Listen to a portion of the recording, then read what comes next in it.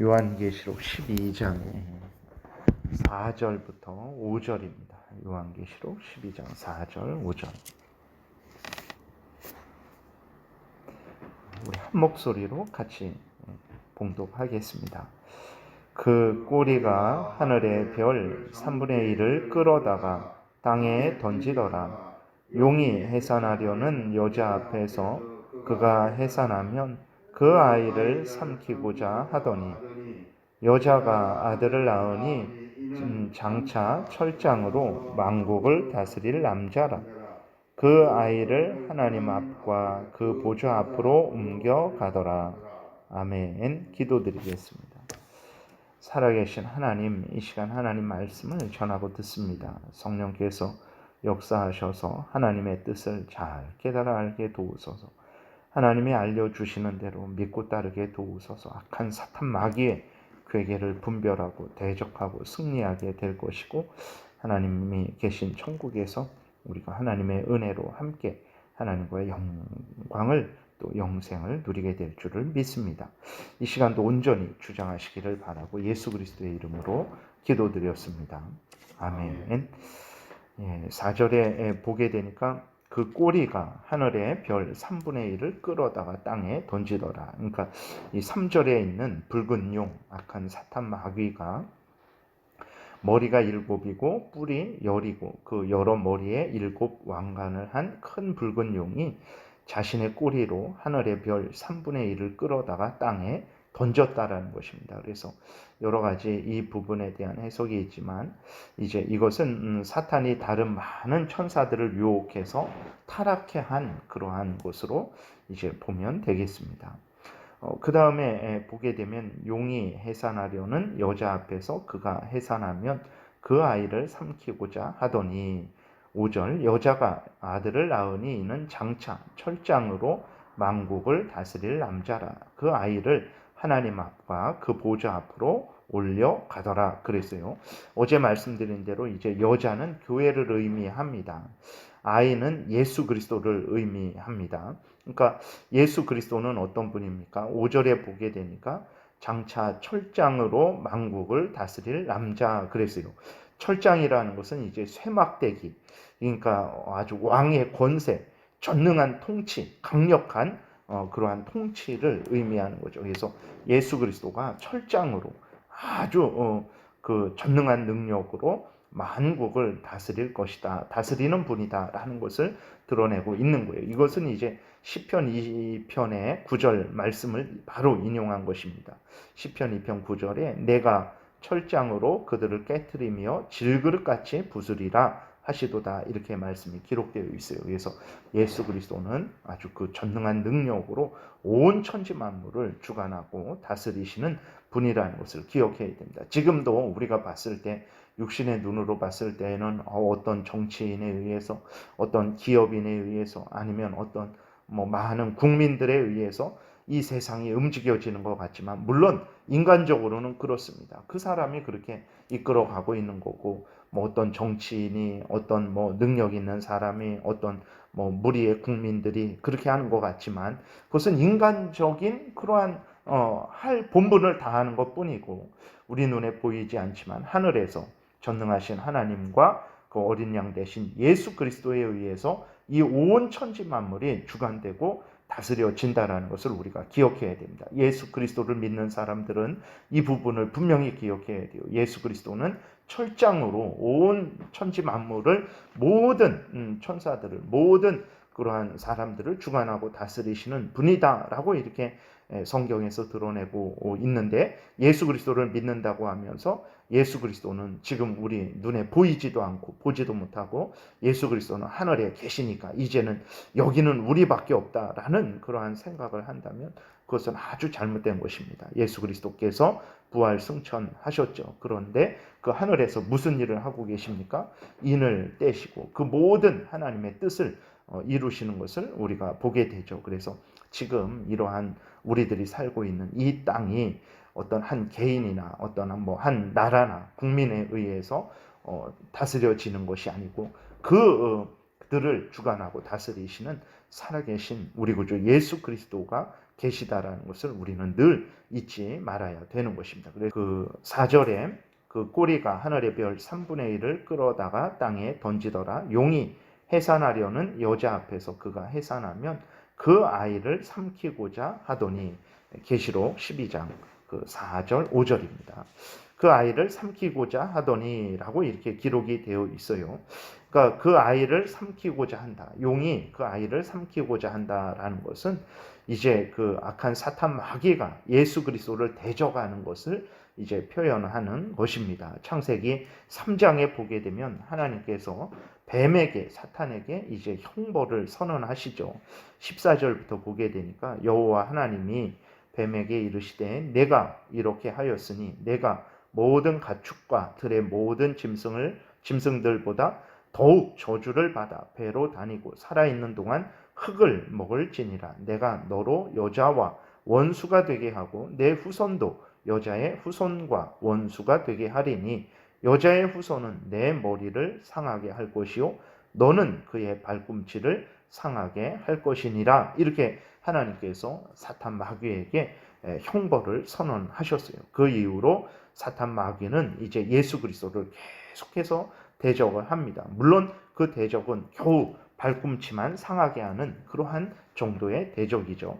그러나 본문에 있는 대로 악한 사탄 마귀는 끊임없이 그 아이를 삼키려 했던 것을 우리는 성경의 역사를 통해서 보게 됩니다. 그러한 일들이 어떤 일들입니까?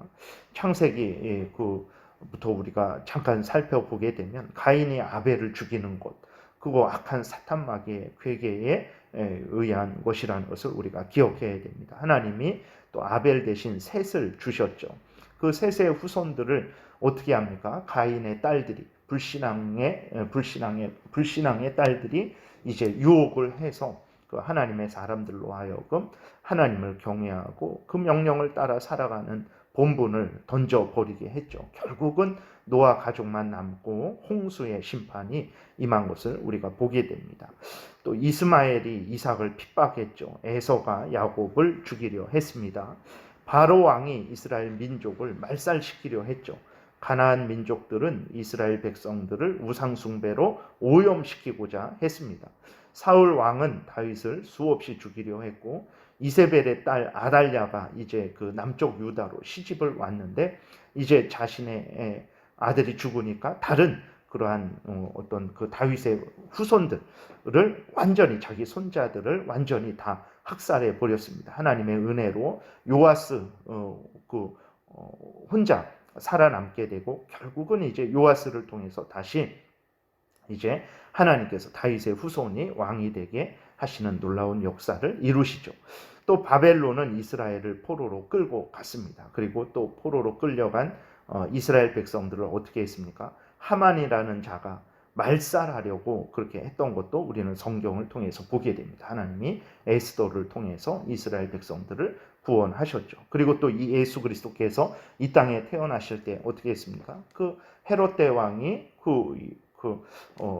예수 그리스도를 죽이고자 해서 베들레헴 근처에 있는 2살 아래의 모든 아기를 다 학살한 것을 우리는 또 성경을 통해서 보게 되죠. 그러니까 이러한 부분들이 오늘 그 4절, 5절에 있는 대로 그 사탄 마귀가, 붉은 용이 그 교회를 상징하는 그 여인이 아기를 낳으려고 할 때 그 아기를 삼키려고 한다. 바로 예수 그리스도를 대적했다라는 그러한 예들이라는 것을 우리가 살필 수 있습니다. 아담과 하와가 타락한 이래로 사탄 마귀는 죄인들의 구원자 예수 그리스도가 이 땅에 오지 못하도록 끊임없이 대적했어요. 그러나 그 대적은 이제 앞에서 말씀드린 대로 예수 그리스도의 발꿈치만 상하게 하는 정도뿐이었죠. 하나님의 전능하신 능력으로 이제 그 사탄 마귀의 괴계가 이제 꺾였고 좌절되었죠. 그래서 예수 그리스도는 죄인들을 구원하시기 위해서 이 땅에 오셨고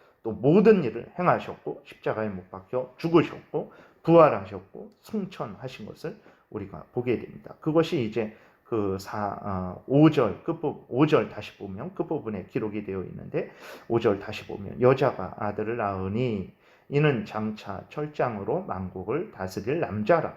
그 아이를 하나님 앞과 그 보좌 앞으로 올려가더라. 이것이 바로 예수 그리스도께서 이 땅에 오셔서 하나님이 명령하신 그 모든 명령들을 준행하시고 십자가에 못 박혀 죽으셨다가 이제 무덤에서 3일 만에 부활하시고, 그래서 또 승천하시고 하나님 보좌 우편에서 이제 그 온 천지 만물을 통치하시고 심판주로 다시 오신다라는 것을 의미하는 말씀인 것을 우리가 보게 됩니다. 그래서 정말 사탄 마귀가 그렇게, 사탄 마귀는 겨우 예수 그리스도의 발꿈치만 상하게 할 뿐이고, 오히려 예수 그리스도가 사탄 마귀의 머리를 밟은 거죠. 그래서 사탄 마귀의 권세는 꺾인 것입니다. 이제 조만간에 예수 그리스도께서 다시 오셔서 그 사탄 마귀를 영원한 지옥불에 던져 넣으실 것이라는 것을 우리가 기억해야 됩니다. 그래서 우리가 아담과 하와가 타락하고 그 이후로 악한 사탄 마귀는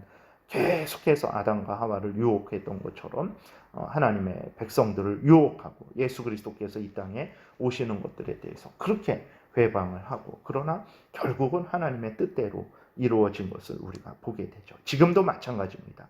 지금도 악한 사탄 마귀는 우는 사자와 같이 그 삼킬 자를 찾기 위해서 덤벼들고 있죠. 그러나 우리는 부족하고 연약합니다. 그리고 우리 힘으로는 그 사탄 마귀를 막아낼 수 없죠. 그러나 오늘 본문에 나와 있는 대로 사탄 마귀의 머리를 밟아 멸하시는 예수 그리스도를 믿고 의지하고 하나님의 은혜를 구할 때, 성령의 도우심을 구하면 우리는 능히 사탄 마귀의 괴계를 분별하고 또 대적하여 맞서 싸워 승리할 수 있다는 것을 기억해야 됩니다. 그러기 위해서는 우리가 에베소서 6장에 있는 대로 전신갑주로 하나님의 은혜로 하나님이 우리에게 주신 그러한 말씀들로 무장을 해야 되는 것이죠. 이러한 신앙생활을 하는 것이 오늘날 우리에게 필요한 것입니다. 그래서 힘들고 어려울수록 하나님을 의지해야 우리가 그 힘들고 어려운 것을 극복하고 이길 수 있는 것처럼, 사탄 마귀의 공격이 그렇게 거세고 드셀수록 우리는 더욱 하나님을 가까이 하고 하나님을 의지하고 예수 그리스도를 의지해야 되는 것입니다. 그래야만 사탄 마귀를 이길 수 있다는 것을 우리가 기억해야 되는 것입니다. 그래서 정말 이렇게 사탄 마귀의 머리가 밟혔고 이제 곧 잠시 잠깐 후면 지옥에 던져질 것이라는 것을 우리가 분명히 기억해야 됩니다. 물론 그때까지는 우리가 긴장을 늦추어서는 안 되고 경계하고 깨어서 더욱 하나님 앞에서 바르게 신앙생활을 해야 되겠습니다. 기도드리겠습니다. 살아계신 하나님 아버지, 진실로 감사를 드립니다. 그 교묘한 더럽고 추한 마귀가 아담과 하와를 유혹하고 하나님의 계획을 좌절시키려고 했지만, 하나님의 전능하신 능력으로 사탄 마귀의 머리를 밟아 멸하시고 곧 잠시 잠깐 후면 때가 되면 그 악한 마귀를 영원한 지옥불에 던져 넣으실 것을 우리에게 알려주시니 감사를 드립니다. 하나님 아버지, 우리가 그때까지 깨어있게 하시고 경계하게 도우시고 우리 구주 예수 그리스도 철장으로 온 만국을 통치하시는 예수 그리스도를 더욱 의지하게 도우시고, 성령의 검 하나님의 말씀을 굳게 믿고 성령을 의지하지 함으로 말미암아 정말 사탄 마귀의 괴계를 분별하고 대적하고 승리하는 신앙생활을 우리 구주 예수 그리스도께서 다시 오실 때까지 열심히 준행하게 도우소서. 반드시 승리하고 또 반드시 하나님과 함께 천국에서 영광을 누리게 될 줄을 믿습니다. 감사드리고 예수 그리스도의 이름으로 기도드렸습니다. 아멘. 찬양하라 내 영혼